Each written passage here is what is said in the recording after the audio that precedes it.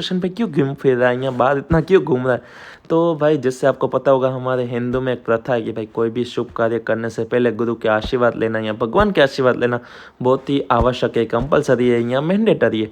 सो बस उसी सोच को ध्यान में रखते हुए मैं और मेरी मम्मी निकल पड़े श्री गुरु नानक देव जी के दर्शन करने। यहाँ कई लोग गोल्डन टेम्पल के नाम से भी जानते होंगे, यहाँ अमृतसर, सही है, वहाँ पे मैं और मेरी मम्मी निकल पड़े। अगर आपको ये पूरी स्टोरी सुननी हो या पूरा व्लॉग देखना हो तो मैं चाहता हूँ आप इस व्लॉग को पूरा एंड तक देखें, आपको बहुत ही मज़ा आने वाला है। और अगर आप इस वीडियो पे नए हो तो यार लाइक करो, कमेंट करो, शेयर करो और हो सके तो मेरी यूट्यूब चैनल को सब्सक्राइब करो ताकि मैं आपको आगे आगे इतनी अच्छी वीडियो दिखा पाऊँ और अमेरिका की लाइफस्टाइल कैसी है वो भी मैं आपको दिखा पाऊँ। So make sure you hit the like button, comment and share and also don't forget to subscribe my YouTube channel.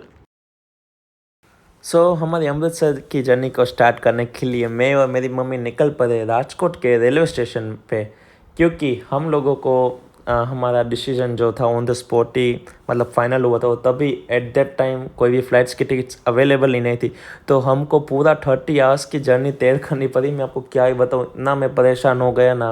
लेकिन मेरी मम्मी को ट्रेन का सफ़र बहुत ही अच्छा लगता है, तो मैं आपको ट्रेन का टाइमिंग वगैरह बता देता हूँ। हमारी ट्रेन थी यहाँ से पहले बड़ौदा, शाम दोपहर को मतलब 2:30 अराउंड हमारी ट्रेन थी राजकोट टू बड़ौदा, और उसका डिस्टेंस था अराउंड 6.5 आवर्स का। और वहाँ पे मेरी एक बहन रहती है, तो मैंने सोचा क्यों ना उससे राखी बंधवा ले, क्योंकि रक्षाबंधन अभी आने वाला है लेकिन मैं तो उससे पहले ही निकलने वाला हूँ। तो मैंने सोचा क्यों ना उससे राखी बंधवा लें, तो बस हम उसके घर पे गए, राखी बाखी बंधवाई और उसने मेरी सी जेब थोड़ी ढीली कर दी, क्योंकि आपको पता ही है बहन ने कैसी होती है, राखी बांधती है बाद में जेब इतनी ढीली करती है ना यार, मैं आपको क्या ही बताऊँ।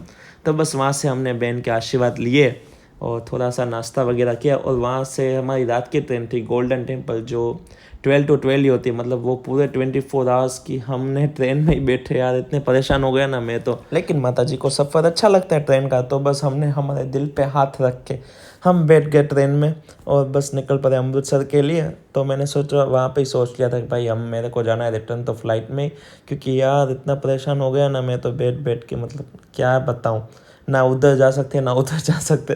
तो बस हम लोग एट नाइट हम लोग पहुँच गए अराउंड 12 o'clock को, और बस हमने वहाँ से हमारे होटल तक जाने का सफ़र हमने रिक्शा में किया। लेकिन मैं एक बात आपको बताना चाहता हूँ, रात को अगर आप कहीं पे भी सफ़र करें आप अपने सामान का ध्यान रखें, क्योंकि मेरे साथ अभी इस जर्नी पे इंसिडेंट हुआ था। कोई मेरी मम्मी का हैंडबैग स्क्रैच करने की तादाद में था, लेकिन वो मतलब भगवान का आशीर्वाद है, हमने कुछ किसी का बुरा किया नहीं है और वो लोग हैच नहीं कर पाए कोई वजह से, और बस हम लोग बच गए और सही सलामत हम लोग होटल पे पहुंच गए थे। और बस हमने सोचा इतना लेट हो ही गया तो क्यों ना हम लोग डायरेक्ट, हमने कुछ खाया भी नहीं था, सावन महीना चल रहा है, तो हमने रात को ही हमारा एकटाना किया गुरु नानक जी के दरबार में। जैसे आपको पता ही होगा, या पता ना हो तो मैं बता देता हूँ, वहाँ पे 24 घंटे गुरु का लंगर चलता रहता है। आप कितने बजे भी जाओ आपको वहाँ पे खाना मिलता ही। और यार वहाँ का खाना आपको मैं क्या ही बताऊँ, इतना अच्छा होता है ना यार, वाह माशाल्लाह, इतना सुभान अल्लाह, इतना अच्छा होता है ना। और आपको वहाँ पे चाय पानी सब कुछ मिलता रहता है। और आप लोग बिलीव नहीं करेंगे, मैंने तो नहीं पिया, लेकिन वहाँ पे मतलब 5-5 रुपए में आपको थम्स अप एंड कोक वगैरह मिलती है। लेकिन वो सुबह से शाम तक ही होता है। हम तो रात को गए थे और पूरा दिन हम लोग वहाँ पे दूसरे गुरुद्वारे में हम जाके हमने दर्शन वगैरह किया। लेकिन हमने रात को जैसे ही मैंने आपको बताया हम लोग रात को लैंड हुए, तो बस हमने वहाँ पे अमृत वेला कर दिया गुरु नानक जी के दरबार में। लंगर खाने के बाद फिर हमने वहाँ पे गुरु का जाप किया, गुरु की बाणी की और गुरु से आशीर्वाद लिए कि भाई मेरी जो यूएस की जर्नी है वो सही सलामत हो, कोई भी बाधा या विघ्न ना आए। तो बस गुरु जी के आशीर्वाद लिए और वहाँ पे बैठे थोड़ी देर सत्संग वगैरह किया, और वहाँ का कड़ा प्रसाद हमने खाया। इतना मज़ा आया गाइस, मैं आपको क्या ही बताऊँ, इतना मज़ा है। और आप जैसे इस जगह को देख ही पा रहे, इतनी शांत, इतने लोग थे लेकिन कोई भी मतलब इतना शोर शराबा नहीं हो रहा था यहाँ, कोई मतलब लड़ झगड़ नहीं रहा था। लेकिन एक नई चीज़ मुझे जानने को मिली यहाँ पे, अगर आप कुछ भी फ़ोटोज़ वगैरह खींचते हैं वो मतलब वहाँ के जो भी वो मतलब पहरेदार होते हैं, जैसे आप वहाँ पे वो मना करते हैं कि भाई फ़ोटोज़ वगैरह मत खींचो हो सके तो, क्योंकि उसके पीछे एक रीज़न है, क्योंकि कई लोग फ़ोटोज़ में अपनी दुनिया बसा लेते हैं और रियल नज़ारा है वो देखना ही भूल जाते हैं। तो मेरी एक गुजारिश है, हो सके उतना फ़ोटोज़ मत लीजिए। लेकिन आपको पता है जैसा हमने सफ़र किया था, हम लोग सो ही गए थे, बाद में हम लोग दोपहर को उठे चाय वगैरह हमने पी और मैं और मेरी मम्मी निकल पड़े श्री बुड्ढा साहिब जी के दर्शन करने, जो है यहाँ से तकरीबन मतलब 10-15 किलोमीटर दूर। तो हम लोग वहाँ की लोकल बस बस स्टैंड पे गए और वहाँ पे हम बैठे। वहाँ पे 25-25 रुपये में टिकट मिलती रही और बस वहाँ से हम पहुँचे और वहाँ से हमने इस गाड़ी को मैंने खच्चर नाम दिया, ताकि इतनी यहाँ धूप थी और इतना ये स्लो स्लो चल रहा था, मैं आपको क्या ही बताऊँ। और मेरी मम्मी मेरे पे गुस्सा कर रही थी, ये क्या तूने करवाया। बस वाले ने जहाँ पे हमको मतलब उतारा, वहाँ से 2 किलोमीटर की दूरी पे ये गुरुद्वारा था। तो वहाँ से बस हम लोग इसमें गए और वहाँ पे भी हमने आशीर्वाद वगैरह लिए गुरु के, और फिर से हम लोग दर्शन किए, कना प्रसाद खाया और थोड़ी देर वहाँ पे भी बैठे। फिर हम लोग आ गए रिटर्न और फिर हम लोग गए बाबा दीप सिंह जी के गुरुद्वारे, जो है अमृतसर के पीछे। हो सकेगा मैंने इसमें कुछ रिकॉर्ड वगैरह नहीं किया होगा, ताकि कई लोग को ऑब्जेक्शन वगैरह होता है, इसलिए मैंने कुछ वहाँ पे ज़्यादा रिकॉर्ड नहीं किया। तो बस हमने उसी दिन 3 गुरुद्वारे में दर्शन किए और वहाँ से कुछ शॉपिंग भी की। और फिर जैसे आपको पता ही हम थक बहुत जल्दी जाते, तो बस फिर से हम आ गए गुरुद्वारे के पीछे की स्ट्रीट में, जिसको मैंने लंदन स्ट्रीट नाम दिया, पता नहीं क्या नाम है। लेकिन यहाँ पे जलियांवाला बाग है जो इन्होंने रीडिज़ाइन किया, बहुत ही अच्छा। और ये स्ट्रीट इतनी अच्छी लगती है, आपको ऐसा ही लगेगा कि भाई आप जैसे यूरोप में आ गए।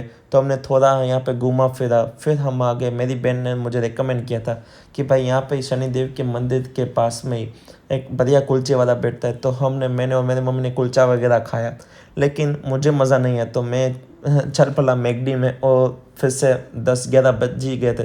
तो हमने 2 आवर्स का पावर नैप लेके फिर से हम लोग 2 बजे निकल पड़े गुरुद्वारे में। वहाँ पे अमृत वेला होता है और वहाँ पे गुरु जी को उठाया जाता है और फिर से वहाँ पे बानी का जाप किया जाता है। और हम वहाँ पे ही बैठे रहे 2 दिन पूरे।